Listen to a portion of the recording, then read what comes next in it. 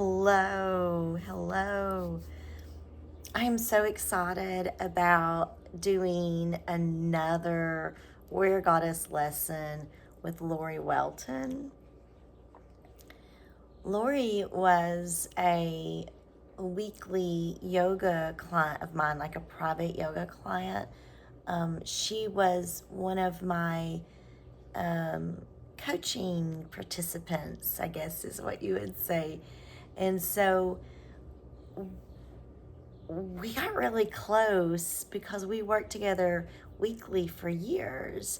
And it was fabulous to be able to reconnect with Lori on a couple of the lessons through the Warrior Goddess. And also, in the time here since she's stopped coming weekly, she's wrote a book about her journey, and it is titled My Bare Naked Truth. And so again, when I was doing this project, then I thought, wow, I'm gonna ask Lori to do this lesson as well. So we are going into Warrior Goddess Training Lesson 8, Speak Your Truth. And in the description, I will drop a link to the podcast discussion that Lori and I did about her book. So you can check that out as well. And let's just go ahead and get started on this. It was a beautiful discussion. We are back again with Warrior Goddess Lesson 8, Speak Your Truth. And I love this quote. Do you really want to look back on your life and see how wonderful it could have been had you not been afraid to live it? And that is Caroline Myss. I assume that's how you would pronounce M-Y-S-S. Like that one really speaks to me because, like, you know, I've got some transitioning things that I'm going through now, and this quote is like part of that. Like, I'm sitting with, like, am I afraid to do what I want to do? And is that why I'm still sitting here? Or do you know what you want to do? That's the other question. I do. Then you are then. And I'm not doing. I'm doing part of what I want to do, right? But I'm not as. I have allowed myself to make myself small in these years, and help others to do what they want. To do what they wanted. Instead of me focusing on I get that. my desires, my dreams, what I'm trying to manifest, right? Yes. And so that's where I'm sitting, is in that. Yeah. So that's a powerful quote. It is a powerful quote. So she goes into this lesson, which I find fascinating. The very first story is about a psychiatrist who works and helps many other people, but in her personal life, she was afraid to speak her truth. Instead, she kept quiet, afraid to rock the boat. Kind of what we talked about in lesson number 6, right? Yeah. The playing small and people pleasing, because you're trying not to disturb their peace. Right. And so, you know, she gave her an example of, like, can you sing to a song? And this lady could not. She said it was even hard for her to say one word of a song.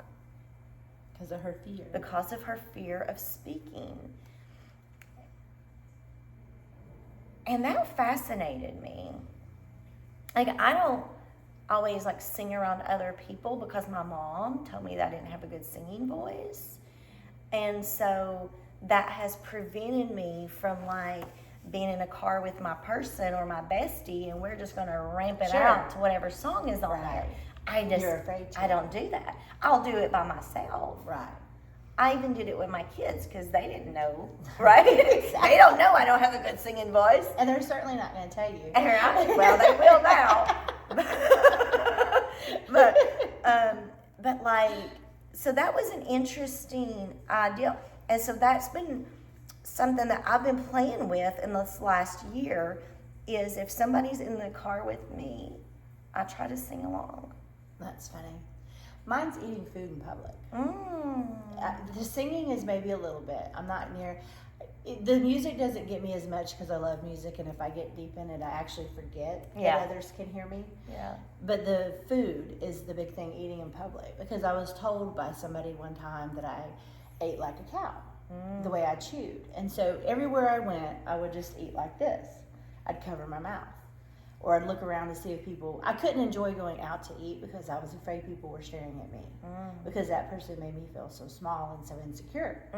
And it wasn't until my current husband gave that power away. I did. I gave every bit of it away because, it made me insecure. Yeah. And I believed them. Yeah. And it didn't matter if I did or didn't. I'd never been told that before. And then I just felt it. And then my current husband, he asked me one day, because he had watched me so much, he goes, "Why do you do that?" I just have to ask. He goes, "You have such a beautiful smile, but you hide it the whole entire time you sit down to eat in between bites and stuff." And it was like a flattery question in itself. And I just thought, I can't, why would I tell you? I can't tell you. I can't even tell you. But you just complimented me, and that's sweet. And I owe you something, you know? But do you? That's how I felt. You were nice. Okay, guess I'll be honest. You know, and then I was glad I was, because when I was, he told me, he's like, "That's not true." Now, whether that really is or isn't, I believed him. But I also know that in the same voice of him saying it, I thought to myself, how easy was it for me to allow one person's voice to shut me down? And then how easy was it for me to allow another person's voice to open me up? Right. And then I just thought both these men had power both ways, good and bad. Not that it was one way or the other, better or not, but at the same token, I realized in the end, who cares? Before the one said it, I ate in public and I didn't matter. And I thought, I didn't care. And nobody, who cares? I don't stare at people eating anyway, so why would people stare at me? And if they did, who cares? Right. But I realized in that moment when I confessed it, how much power I gave both. The good and the bad. So it was kind of the same. Yeah. You know, and after that, I just didn't worry about it. I didn't. And if somebody stared at me, I just looked them back in the eye, and we just stared down until the other one stopped. Because I didn't have to worry about what they were doing. Yeah. But I realized how quick it was easy to give that power away. Wow. Over something you didn't even know. Exactly. Wow. So this is a great lesson, and you know, women are really taught to not speak. More, and I'm going to say to be seen, not heard. To be seen and not heard. And we're from the South, so it's very prevalent. Absolutely. In this area. Maybe not so much in others. I don't know. Right? I know here, she's got a few phrases here. Don't speak until you're spoken to. Don't speak until you're spoken to. The one that got me was don't say anything to upset others.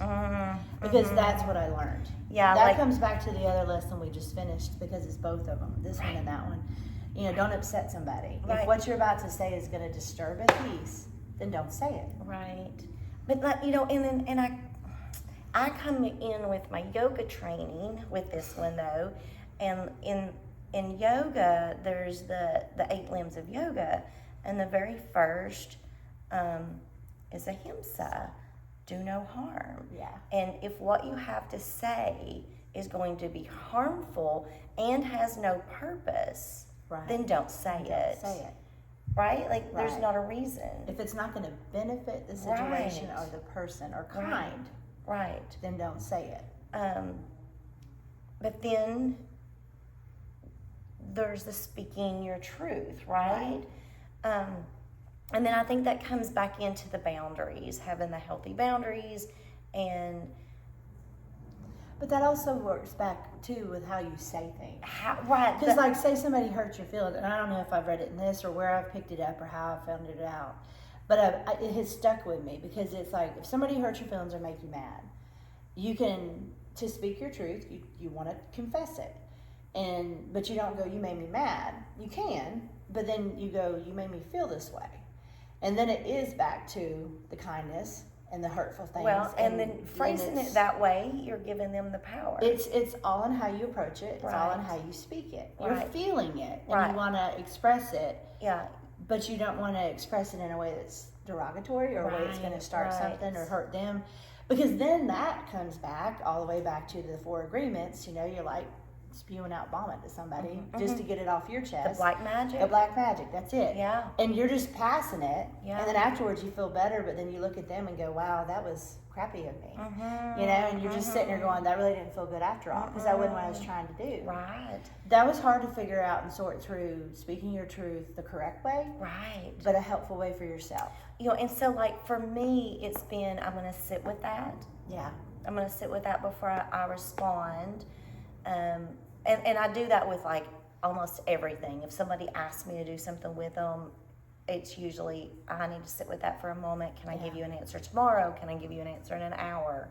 Right. You know, so that I don't do anything from that reaction I have mode. a bad knee-jerk reaction. I have to wait. Yeah. Very much so. Right. So like that sitting with, and I did have a love partner one time who told me, he said, I really appreciate how you don't tell me in the heat of a moment what's going on that you don't like, or what's happening that, you know, maybe is that you're uncomfortable with.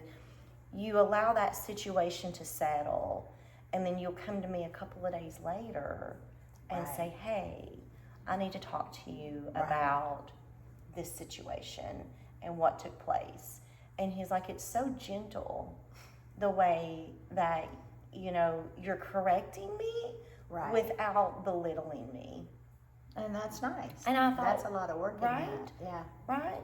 And not like, again, we were a love partnership, so I didn't say anything to him in like a group setting by any means and like belittle him there. Sure. You know, and so like he appreciated me sharing my feelings and my thoughts in that calm environment, in a kind, calm way. Right. It's the evening, we're settling down, you know, so let's have a conversation. Yeah. And you know, and so it's coming at it like that. Yeah. You know, and so I have found myself, when I do need to have a conversation that's not going, it may do harm. Right. Might not go well. It might not go well, where I'll you know, hey, can we schedule some time to have, you know, a good face-to-face conversation about this? And, you know, and then that way you're still getting to speak your truth, but in a good place. A good way for them and you. Yeah. And actually probably a more productive way, because it might not have gone well otherwise. Right. Well, and she talks about that in here too, where like if you're in an argument, a heated discussion, no one is listening to no one. Right. Step away. Right. Take a breath. Come back when you have calmed down, because in that heat, nothing's being good. Nothing's being communicated correctly. Nothing's being heard correctly. And so giving that space, that pause, is so important. And she does say here on page 107, in the middle, she says, when first starting to speak your truth, it can feel awkward, wrong, and scary. Yeah. And it's so true. She says it doesn't feel like you're saving energy but losing it. And like just absolutely, because of that fear, you know. It builds up. Like, so back in 2017, going into 2018, it was the end of 17, I lost my voice. But it was like, I'm reading this book. I'm doing my 300-hour yoga teacher training, which was just a phenomenal training. And I'm learning who I am. And I needed to say some stuff, but I was afraid to say the things that needed to be said because it was going to change everything. Right. And my voice went away. 7 months. I wasn't able to speak. I had a whiteboard, and I lost my ability to have a conversation because on a whiteboard I'm writing yes, I'm writing no, I'm writing. We are getting simple with stuff because I was in speech therapy, learning how to speak, and so when I finally was talking, I could say like 3 words with my breath, and so those words were going to be important. We were not fluttering anything up with roses and butterflies. That's funny. Like it was like I had to say what needed to be said because it's going to take me 2 minutes to get my breath back to say something else. Right. And there's so much power in truly losing your voice in that way, and then getting it back. You don't realize things like that until you lose it. Until you do. Right. And then the interesting part, Western doctors did not know what was wrong with me because it wasn't. Right. It wasn't medical. A medical issue. It was an energy issue. And so when I got where I was speaking a few words, I started saying the things that was needing to be said. And every time I did, the strain in my throat got less and less and less. And like in a matter of days, I had my entire voice back. And it was shut down because I was shut down. Right. I shut it down. Like we have so much power. We don't realize how much power you have. Yeah. Yeah. I didn't. Right? Yeah. And when I did, it was scary. Oh, it was fear. Very scary. Yeah. And see, for me, when I look at that, I go to the second one, the last paragraph. Uh-huh. When you do not speak your truth, you either hold it inside or place it others. You often end up creating resentment against others and yourself. That's where I went. Because I held it to be nice, to be a good girl, to not start anything, to whatever. And it was when you introduced me to this book, and we introduced each other. And I explained all the little different things that was wrong, and it was the throat chakra. And I didn't lose my voice, but I remember having the lump. I remember it hurting. And I remember going through the process when we did yoga together, knowing to speak the truth, get it out, that kind of thing. And I was very angry, and I was very mad, and I didn't want to do it. And I was scared. Mm-hmm. I was afraid of what would happen. Because some of the people that I was approaching or would have had to have approached weren't in good places. Yeah. And I knew it was either going to go horribly bad or horribly terrible, or they weren't going to listen and it was going to be flipped around back at me. There was no way to communicate with where I was at with what was going on, was what I thought. But the more I realized I could, and as soon as I did, in little baby steps, it was amazing how much better I felt. I felt like I had the biggest lump in my throat. An elephant. It was just, between my chest and my throat, I felt like somebody was just squeezing me. And it was the resentment and anger just pulling a hold of me. And I hated it. It hurt. And that caused me anxiety. I remember going to the hospital. I remember doing all those little things in between. Like you said, it's not medical. Yeah. Some of it was, but not all of it. Right. Most of it wasn't. Yeah. And when I realized that shift and the power in that, and I remember being so mad at you for pointing it out, because I was like, because I think what made me so mad was like it was so simple. Yeah. And that's what made me mad. It wasn't that I actually learned it and did it, but I felt so stupid that it was so simple. And I thought, I'm a pretty smart gal. Why would I not know that? But how could I have known any of that if you're not introduced to it? Exactly. And so in hindsight, I had to be easy on myself too. We do tend to beat ourselves up when we learn things instead of saying, hey, I was acting with what I knew Right. then, you know. But see, then that helped me forgive others Mm-hmm. because I realized that I'm no different than them in each situation. Yeah, Because yeah. if you don't know, you don't know. When You don't you know. You don't know to do better if you don't know, or however it's Exactly. worded. Yeah. And being aware. You was don't the know other what thing. you don't know Unless until you know until it. you know it. Yeah. But the relief from getting it out. I remember the first time the hardest person to give that truth to. And when I did, I was so scared. I remember just sitting in the vehicle with them, and I was just like, I gotta do this. And I had done the same thing you did, because I had to walk away, I had to regroup, I had to come back at a different time. I knew that it was a situation that if I didn't express it, it wouldn't get better, and they wouldn't know how I felt truly because I never said it. So I can't blame them for acting the way they did because they didn't know, and that's my fault they didn't know. And I knew I had to own it, and I knew I had to say it, and I waited a few days, and then the moment came, and I was in the vehicle with them because I knew neither one could go anywhere, and I didn't have to look at them. They didn't have to look at me. I thought that's just easier. It is. The vehicle and is a great place. And I waited until there was just about 15, 20 minutes we had left to be in the vehicle so it could be said, done, quick, out. And I wouldn't have to look at them. I know that's terrible, but I did. I planned it strategically. It was. The first time I was just going to belly up the big truth. Yeah. And when I did, I calmly, kindly put it out there. And I cried even because it was so difficult. So hard. And I wouldn't look at them. And I remember the response was nothing. And I just thought, oh my God, that either good or bad. I'm going to go with good because I don't want to hear anything right now because I don't think I can handle it. And I remember getting out, going inside, and it was a good little, 2 hours before we spoke again. And then when we did, it was a thank you.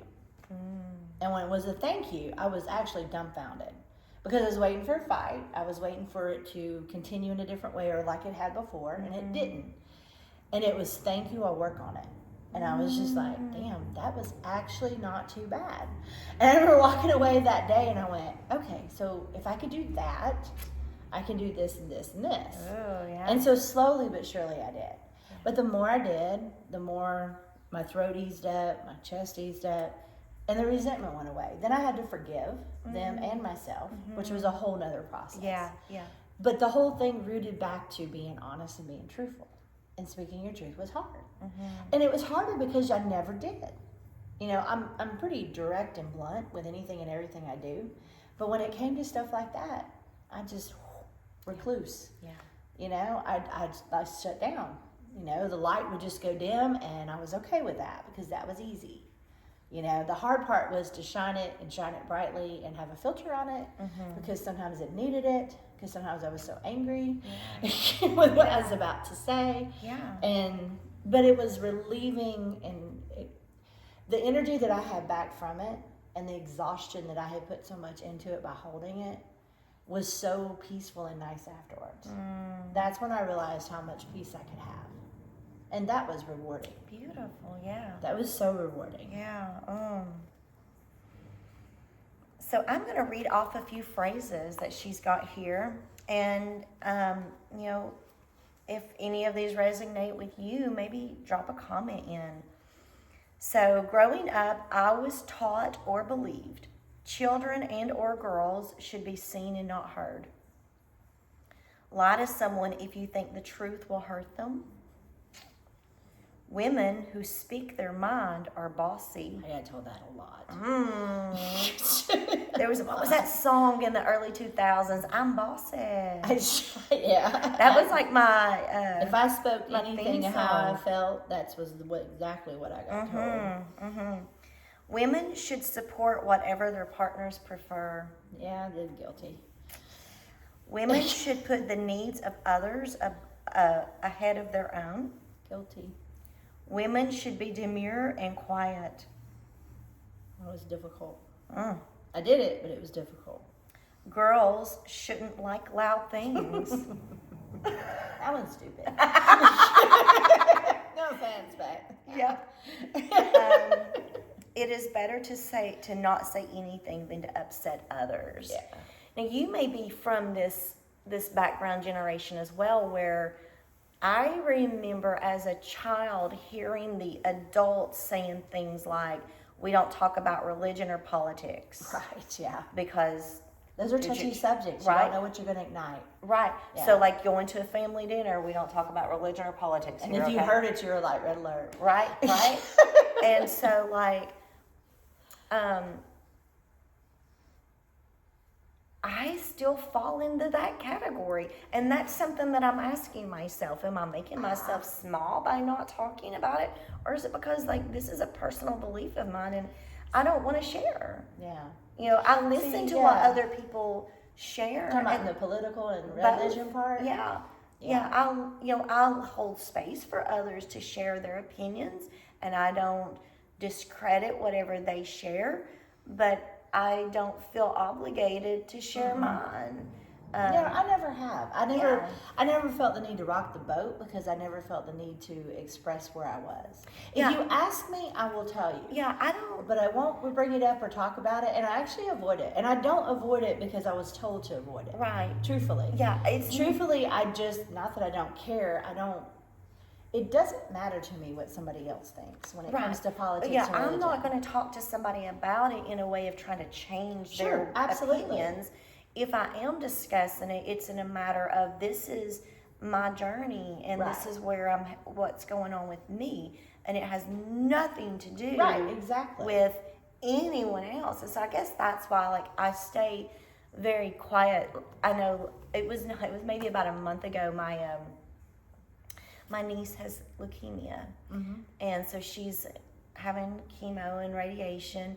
And so she called me up one day and she's like, Aunt Christy, the doctor said I need a massage, but the PT is not in this weekend. She was in the hospital. And she's like, can you come up and give me a massage? I'm like, heck yeah, girl. I'm on my way. So I get there, and my sister-in-law is, she's hanging out, and she's like, so what do you think about what's going on with Trump and Elon Musk and what's happening here? And I was like, I'm just going to be honest. I don't watch television. I don't read newspapers. I don't know all that's going on. Sure. What I can tell you is I've been seeing a lot of park rangers are getting fired. I don't like that. Right. Because I visit those national parks. Oh, we work in one. Right. So I agree with you right. on that. I worry about what's going to happen to these national parks. Right. Because they no longer have the staffing that they need to keep vandalism off, to keep these sacred sites safe, to give the tours. I've gone on caving tours with rangers and stuff. Like, these are phenomenal things. I'm not happy about that. That's the only thing I know. And I'm not really sure who decided Elon Musk should be in charge of anything, but I don't think that he should be. Like, that's where I'm sitting. I'm like, the rest of the stuff I don't really know about. But I can share that part. Right. And she's like, well, yeah, I guess you wouldn't be happy about that. And I'm like, I'm not. I'm not. I don't know anything else, so I can't talk about it. But I can tell you I want my national parks to be left alone. Right. That's funny. Leave them alone.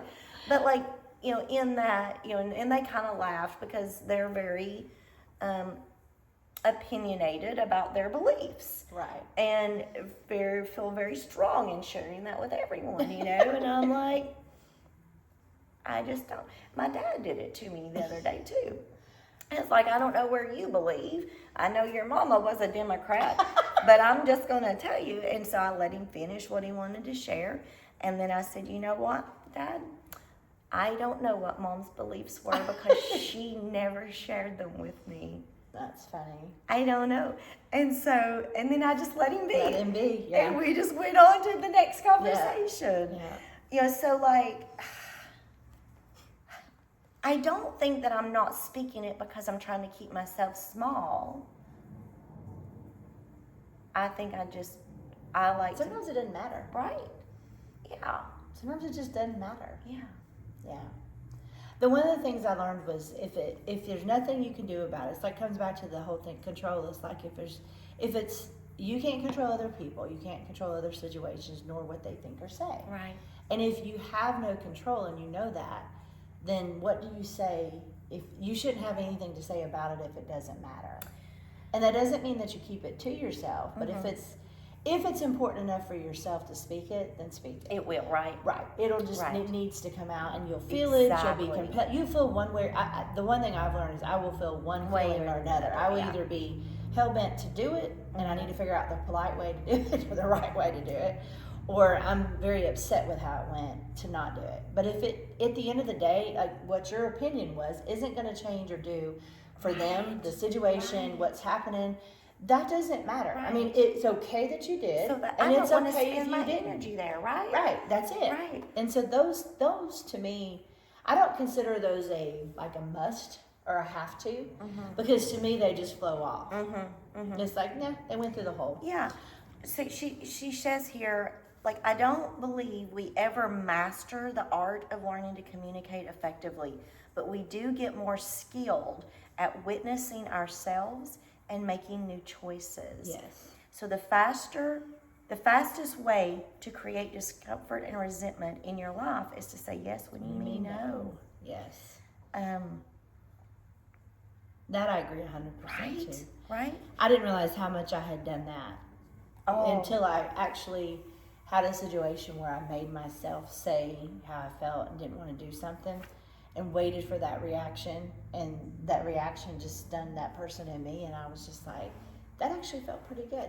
I don't have to go endure this now because I didn't want to. Right? Yeah. I remember the first time, and it was doing this book, the first time that I told my girlfriend that I did not want to spend the weekend in Turkey Creek watching her shop. That's what I would spend my weekends doing. I would be hanging out with my friends, my kids, her kids. We're all doing this thing. Right. And she was a shopper. I was not really a shopper, but I'd go and I'd watch her shop. She was happy. Right. I didn't realize I wasn't. Till you finally realized Till I to realized. say what you felt. Right? And so You knew I was what you like, wanted. no, thank you. I'm going to go to a yoga event. Right. Right? And so what I learned in that was, like, those types of friendships changed. Right. Because Y'all were accommodating each other, but you weren't happy with each other. I right. lost a lot of friends that way too. Yeah. I realized that. And it was for the better, because we still communicate, but we don't go do things. Exactly. But we're not bothered that we don't Right. do things. We actually talk about what brought us together to begin with, not Right. the stuff. Right. Yeah. So moving over to 110, owning your words. And I've got a little note here that says the energy behind what you do or say is as important as what you're doing. So the energy behind it. So she talks about having like the miscommunicating in here. And so it's like you might say something like, that's great, but you may say it in a very sarcastic tone, yeah. right? So like your words and your energy don't match, because that's great is a good thing, right? It should be a good thing. It's the voice behind it, like, well, I had to that's work great, on that. right? Yeah. I was guilty of that. I had a horrible She calls it that. contaminated messages or partial messages.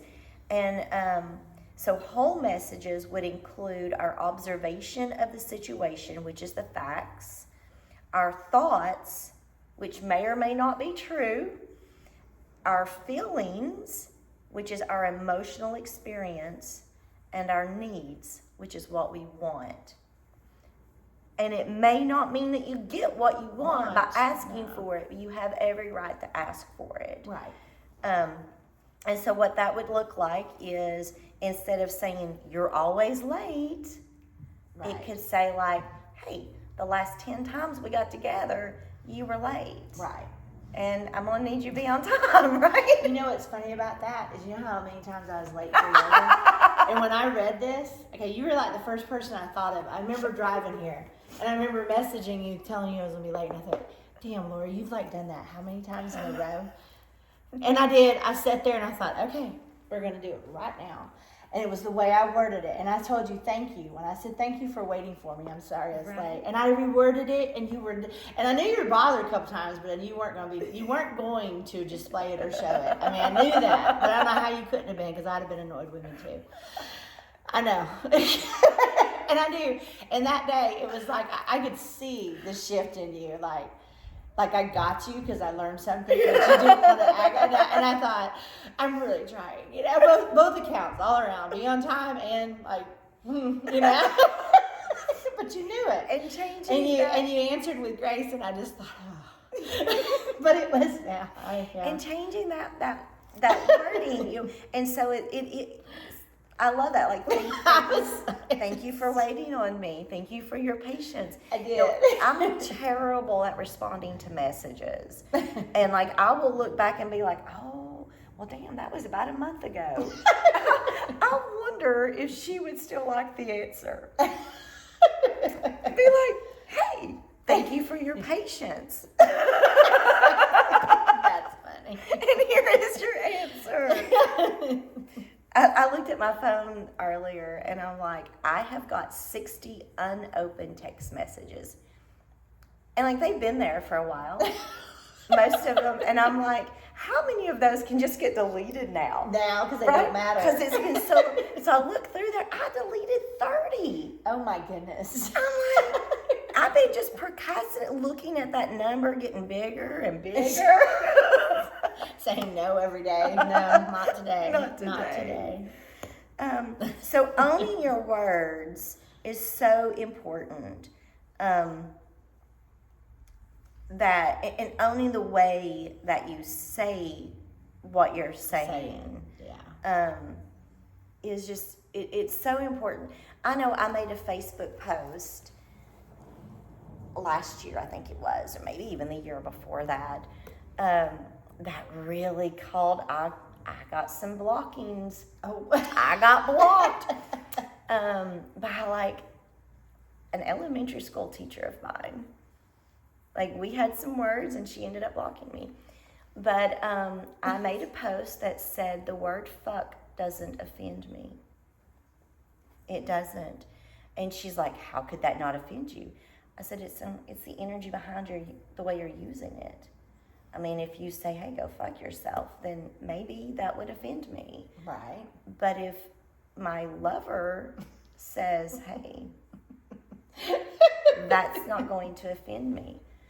You could say, bless your heart. That's going to offend me more so than... But that's very true, though. Right? It's very true. It's the energy behind what you're saying.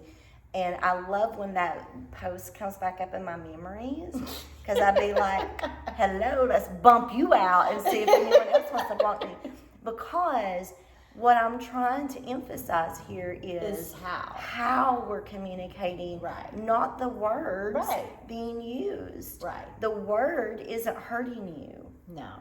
It's the energy behind, the meaning behind what's being said. Right. Exactly. Because you can, like you said, you can say a word a million different ways, and it can mean a whole different thing. Right. And here it comes back to that whole you're not responsible for what other people think or say. Exactly. You can say whatever your piece is, whatever your truth is. But on the other side of that fence, you're not responsible for how they react and take it. Exactly. I had to learn that with saying the truth, because it was like, as soon as I'd speak my truth, I'm like, I have to not care what they interpret on the other side. Right. Because I won't know and I can't control it, so why does it matter? So what, am I going to hold it? Right. Or am I just going to speak it and go with it? Right. And all we have control over is our response or reaction, and not how anyone takes what we say. Yeah. Because people are in different places when they look at things. Exactly. They really are. Like, I know there's a couple of posts that my husband made a few years ago, and at the time he meant it how it came, and then it offended some people, and I got aggravated with him because I'm like, as a restaurant, that's hard to. You got to be very careful. So we deleted it. Well, then like another person, like I guess, had that post, and it like came back up, and he realized that's not how he meant it, but it was misinterpreted it. Right. So it's kind of like we go back through and we explain it. And then I had the same problem too, and so finally him and I just kind of came to the conclusion that it's carefully how we say it one way or the other. But to this person, they got offended. To this person, they agreed. Right. And it's like, but at the end of the day, it's no different than the person that walks in that you're trying to please with the food. You can't. You do the best that you can. Right. And you speak it, you do it, you give it, and hope for the best. And that's with everything. The one thing I was guilty of is I had to learn it when I respond and spoke my truth was not in sarcasm. Because I grew up in a family of sarcasticness. Yeah. And my go-to survival was sarcastic. I realized in my first marriage that because I didn't speak my truth, I realized how sarcastic and ugly I was. Ooh. Because I'd come back and my response would be real shitty and real nasty. Yeah. And when I'd catch myself, I'm like, yeah, I meant it in the moment. But ever how he took it, I would change it. I could say, oh, I was just joking, or I didn't mean it that way, or you misinterpreted it. Because then I would backpedal, realizing I got your attention, but in the wrong way. Right. And I was so guilty of that, and I didn't realize how guilty I was of that. Yeah. On page 116, she talks about, so this is finding your authentic voice, and there's 2 helpful tools when working on finding your authentic voice, which is backtracking and replaying. Backtracking means that you've said something like, hey, yeah, I'll go shopping with you this weekend, and then we get off the phone, and I'm like, I don't want to go shopping. Right. Thought about that. Right? So you thought about it, and you're like, I don't want to do that. So you're going to call that friend back and say, hey, I made a mistake. I really don't want to do that. But thank you so much for the invitation. And maybe it's like, I don't have the energy. Maybe it's the capacity. Maybe it's saying that. Maybe it's like, this is just really not a good time for me. Didn't sound good this week. Right? Or Maybe can we schedule that for next week? Yeah. Or, what if that feels good for you, and if it doesn't, don't schedule it for next week either. Right. But like really asking yourself, do you want to go to that movie? And if it's not, then don't. That's where I learned how to pause, like you said earlier. Yeah, sit with it. Because I wasn't doing that. And I did that a lot, actually. I made myself, like, I can remember multiple times answering somebody or having a response to something. And a few minutes later, I just sat there and I'm like, damn, that's not how I feel. Yeah. And as soon as I said it, I felt bad because I was like, okay, you just screwed yourself, or you just messed yourself up again. And I made myself go pick up the phone or go see him, whatever the situation was, and admit it and apologize and go, I'm really sorry, wasn't thinking, or whatever it was that I needed to say. And I corrected it. And from that, I did it so many times because it's like, okay, you have a moment of truth right now. You can either be truthful and go own it, express it, backpedal, or you're going to sit here and just slap yourself in the head and go, hey, you did it again. Yeah. And I didn't want to do that. And so when I finally got past it, then I learned what you were talking about earlier. Take the time to think about it. Yeah. Give yourself the moment to react and stop knee-jerk reacting. Right. Because I'd either say yes when I meant no, or I'd say something sarcastic and regret it later. Those were my go-to survivals. And so I did that multiple times. Yeah. And then replaying is where it's where you're going to use your imagination. So perhaps you can't go back and backtrack. You can't fix what was said. So you're going to replay that conversation in your head and reframe your response to what you wished it would have been. Right? And you feel into that energy. And what that does, again, it changes the way that you're interacting in the everyday world then. And I love both of those. Yes. Those practices. And the more that you do them, the less that you have to do them. Right. And then the ending of this is one of my favorite parts of this entire book. And one time, I told my friend Shelly, I said, I feel like that reading and understanding, like living the 4 agreements or Warrior Goddess, has got to be a prerequisite for someone to be in my life, in my personal inner circle. So you're on the same page. Right. Yeah. Because that way we can communicate. Yes. And this is the key to that. So it's the very end of this. It's called Vent, Share, or Advice. And one of my old friends and I, before this, we used to, when we would want to vent, we would call, because I was her supervisor, and she would be like, hey, I really need to speak to my friend Christy right now. Not supervisor. Yes, ma'am. Right? And so first it's identifying, this is my need. Right. And then she would bitch about her supervisor. But what this is saying, hey, and I like to preface this, the preface of this is start the conversation with, do you have the capacity? Do you have it? Yeah. Do you have the capacity right now? And give that person the ability to say, no, call me in 20 minutes. Let's do it tomorrow. I have a vent. Do you have the capacity? Right. Give me till tomorrow. Yes. I can handle you then. And then it comes into, I need to vent, share, or advice.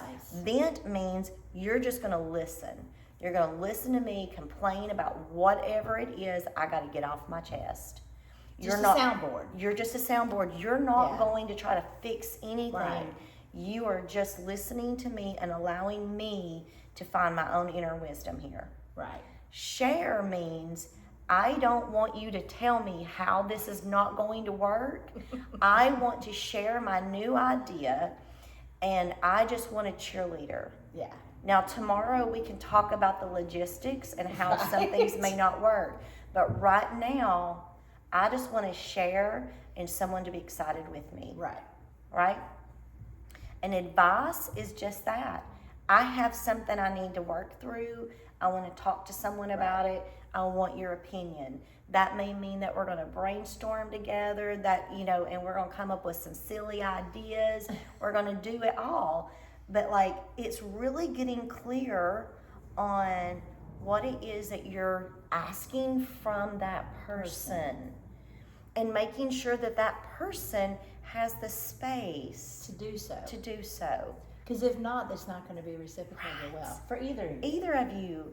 And nobody's going to accomplish that conversation. That is my favorite. I agree with you. Exercise. I agree with you. And again, like I said, to be in my inner world, you got to know this. Right. You got to be able to do this with me to be able to be there. Everybody should have a friend or a person that does that. Yeah. I have a dear friend that does that. Yeah. And we do exactly that. Isn't that beautiful? It is beautiful because literally we will say, do you have the time or not? And we're honest. And she can say anything and everything, and I can take the criticism. We bat it back and forth, and no tears, no what have you. We might get mad at each other and hear the truth and not do it. Right. But it didn't change anything about either one of us. Right. Because that was the deal. Right. We're just that honest and that open. Oh, so But beautiful. this morning, I called her, had 10 minutes. I said, I just need to tell you something real quick. And then I told her, and she's like, that's beautiful. I'll talk to you later. I said, love you. No offense, no problem to it. You can't, not everybody can you do that with. Right. Not everybody has the capacity or the patience to. Yeah. But when you find that person, it's golden. Yeah. It is. Yeah. Everybody should have that person. Yes. Beautiful. Well, that is the completion of speaking your truth, which is so potent. Yes. So potent. Now, before we close this this chapter, what I want to introduce is Lori has taken these lessons and then wrote her own book. And she spoke her truth in this book. So it is By Bare Naked Truth, One Butterfly at a Time. And so stay tuned. Keep watching because we're going to discuss this book and bring this out to you. And then in the description of that, when we'll have the links to where you can purchase this book. And I will also want to just give a big, Lori painted this. Do you see how pretty that is? That's sweet. Yeah. Not only is she an author, she's an artist. Oh, thank you. And a fabulous cook, too. So, very well-rounded. But yeah, so we are getting ready to jump into the discussion of Lori's book where she has spoken her truth. Very beautifully. Thank you. Very beautifully. So thank you. Thank you. And we will see you again with another lesson and maybe another book.